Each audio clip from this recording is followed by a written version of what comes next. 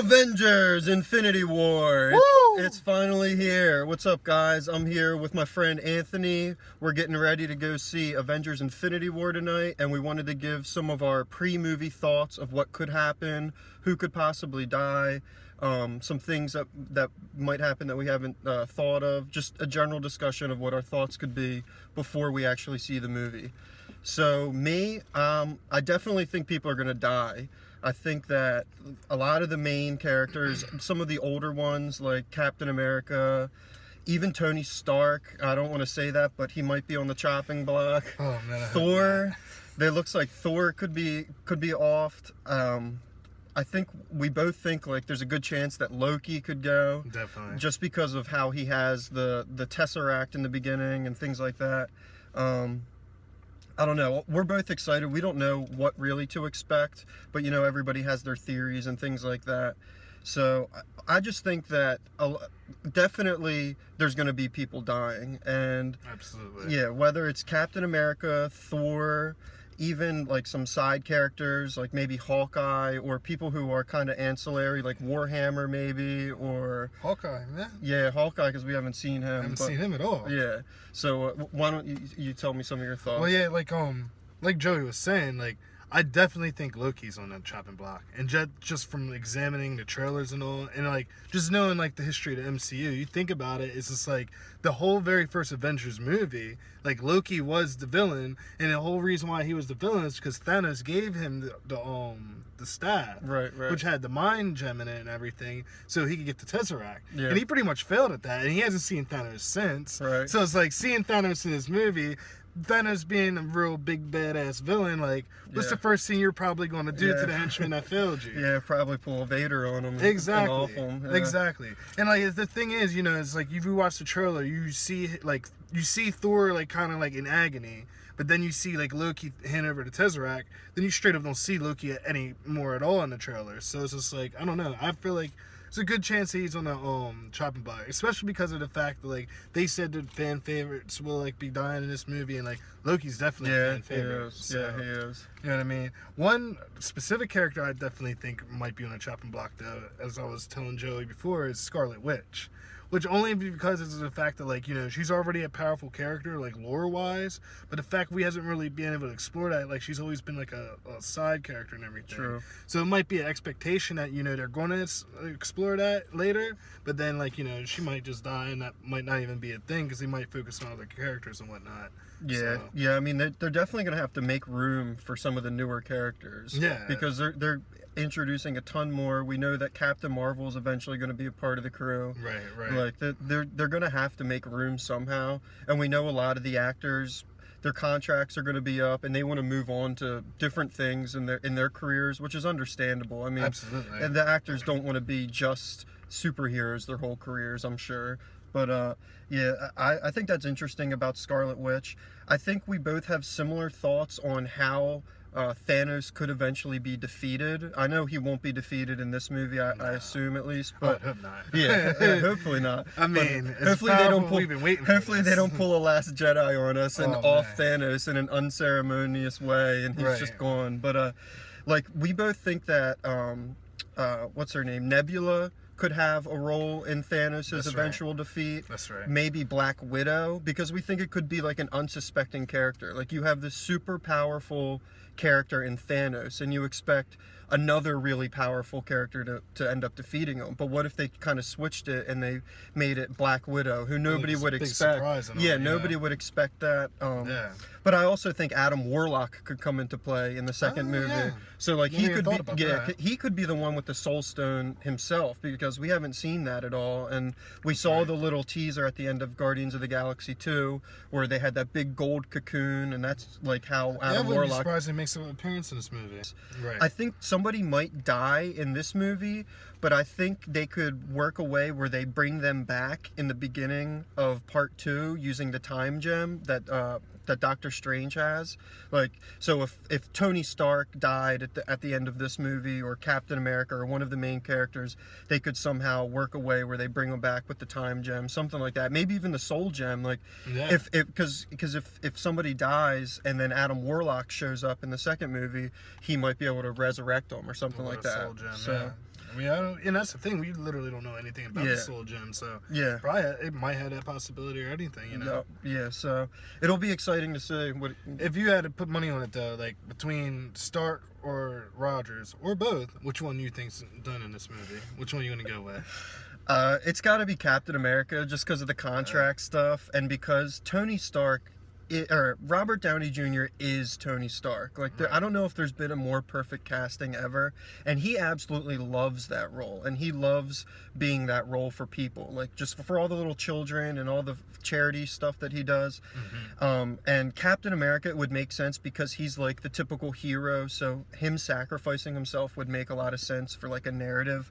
Yeah. But all I'm gonna say is, I've been saying this for a while, if Cap dies, I'm fucking rioting, because he's my boy, dude. I fucking love Cap. I love Steve Rogers, but and he's got those crazy shield things on his arms now that Black Panther gave him, so I'll cry a little on the inside if it's Captain America, but I mean, I will understand, like, overall. So a couple characters probably are pretty safe. Spider-Man, Black Panther. Yeah, they're not going to kill any of the new generation ones, because they're going to be the next foundation for the Avengers. And after how much money Black Panther just made, if they killed off Black Panther in the next 10 years, they're fucking stupid, because that's a cash cow that they got to really hit on. So I think, like you said, all the side characters, like Ant-Man will be fine. I'm not even sure if he'll have a role in this movie. I hope so. Was he on the poster?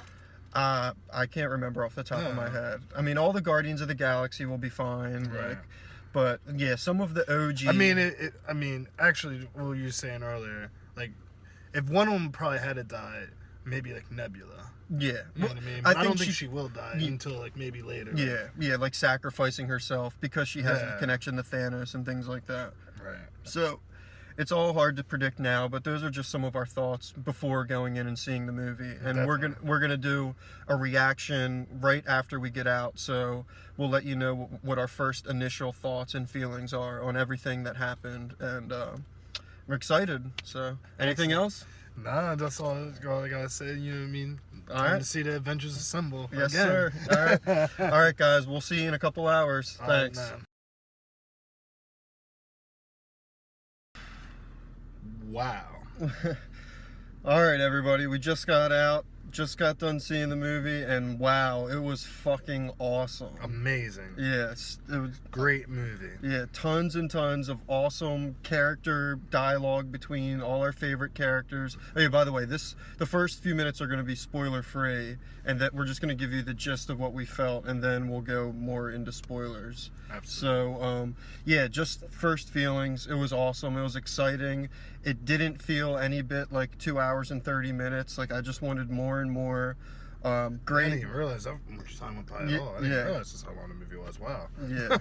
Yeah, it's good movie. Definitely recommended. I mean, if everybody's gonna see it, who wants to see it anyway? But I just trying to run through everything in my head.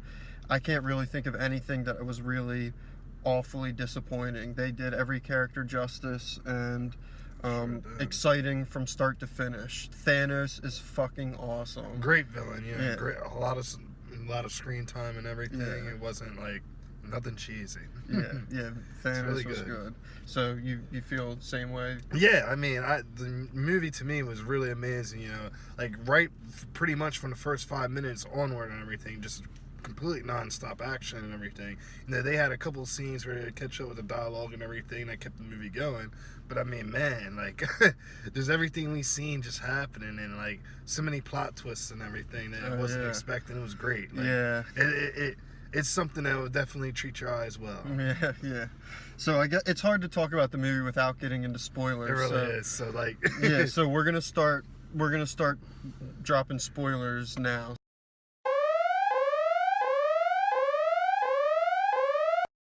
First off, tons of people died, and it was none of the people that we thought. Well, a couple of them. Yeah, Loki.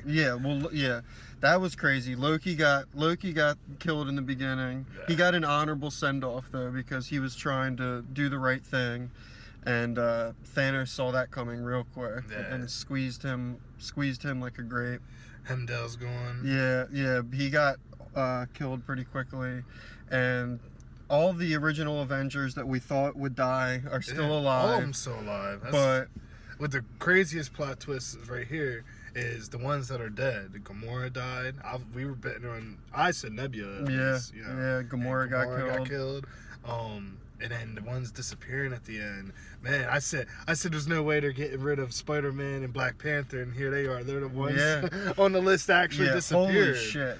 A lot of people got offed at the end. Yeah. A lot of Thanos snapped his fingers, and people just started turning into ash piles, and it was pretty intense. You were waiting to see who was going to turn into an ash pile and who was going to be alive. Basically, all of the Guardians of the Galaxy turned into ash piles besides Rocket Raccoon, it's all I can think, or Rabbit, better known as Rabbit now. Yeah.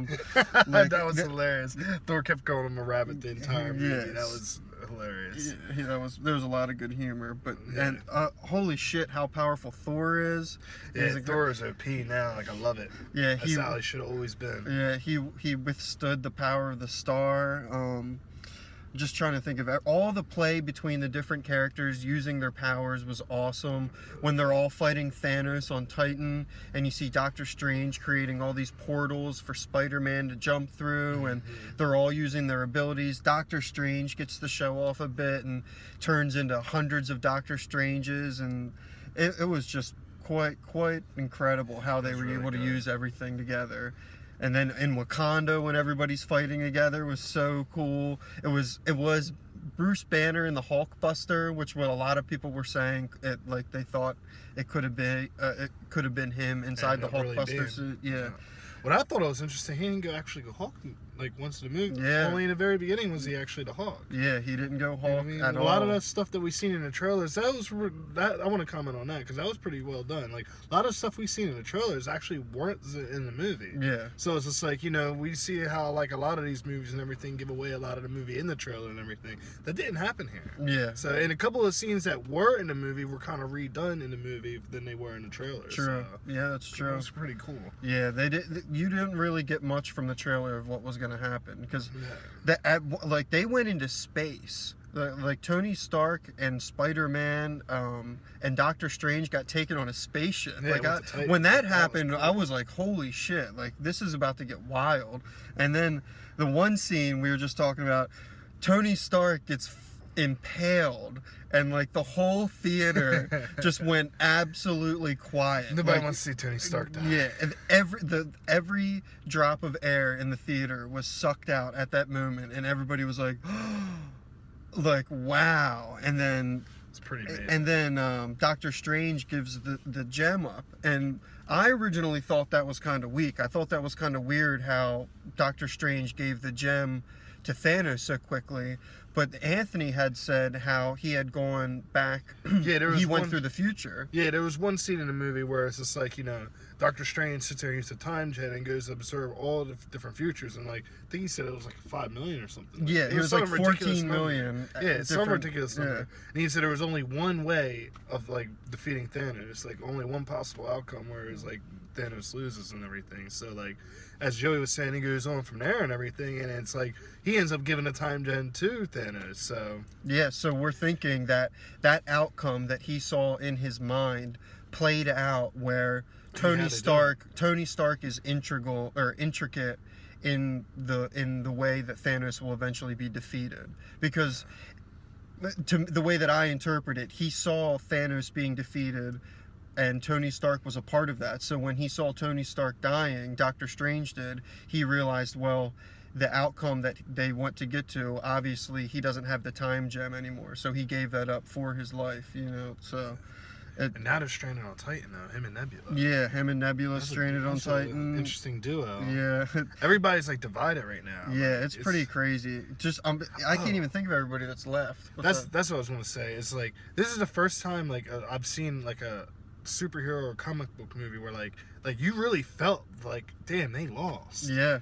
Like you really felt that at the from end, the very beginning. The first thing you hear is a cry for help from the Asgardian ship, and it's like really heavy. You're like, fuck, these people are dying. Yeah, like it really sounded like something you would hear like in like real life, like some like, you know, a movie that was based on real life. Yeah. And somebody was really putting out a real distress signal. Like you felt the weight of like what was going on in the movie, which was great. Like they did a really good job. Yeah, definitely. Yeah, I gotta say, Thanos was so well done. You actually, like, a part of me actually understands what he's saying, and that's the crazy thing. That's when you know you've crafted a good villain, is when you can relate with their motivations and you can understand why they're doing the things they're doing.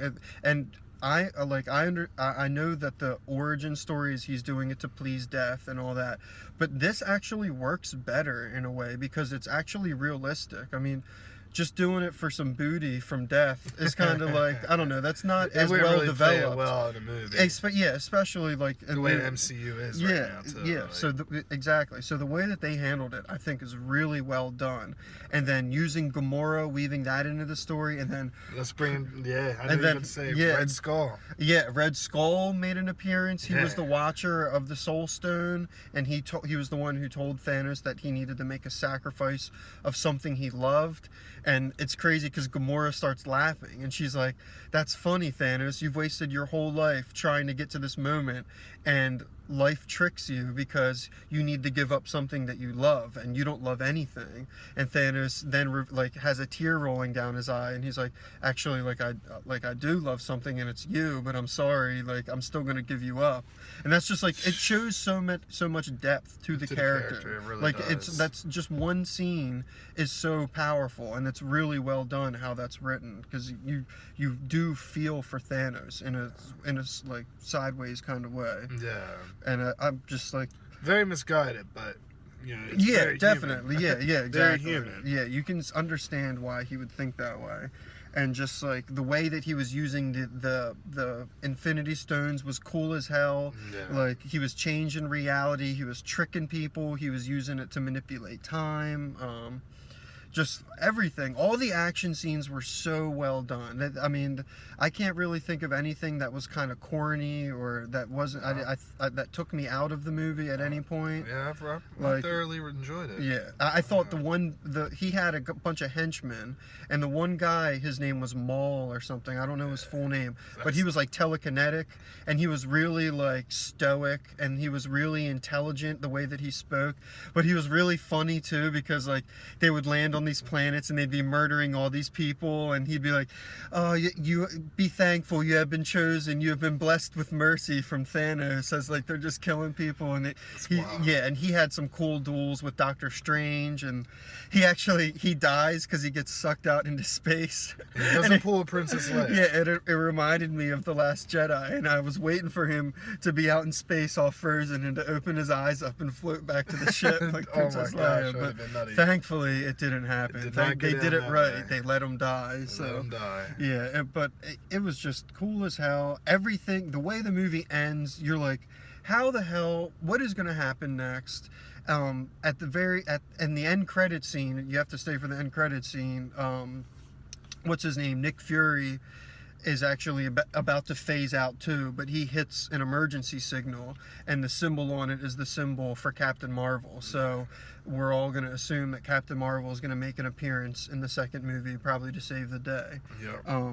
Which I thought my original prediction would be it would have to do with Adam Warlock, just because he's important to the comic book story. But I don't know if they're going to work him in or not. But it was a good ass movie. It was a really good movie. Really good. It Really keeps you good. on your feet the whole time. You know, at any moment, it sets the tone early. Any moment, anybody can die.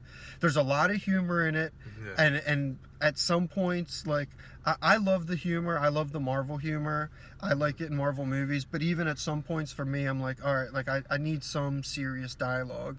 And there is a lot of humor, but there is enough dialogue. There's enough tension that they create with Thanos' just overall his presence. Yeah, pretty much in a lot of scenes he in there ain't really no joking at all. Like, Thanos ain't joking. He's not cracking jokes. Yeah, whenever Thanos is around, it's pretty good, and that's what you want. I mean, he's a very well created villain, and I don't want to say that the humor's bad, because the humor is good. Like, I was laughing throughout the whole movie.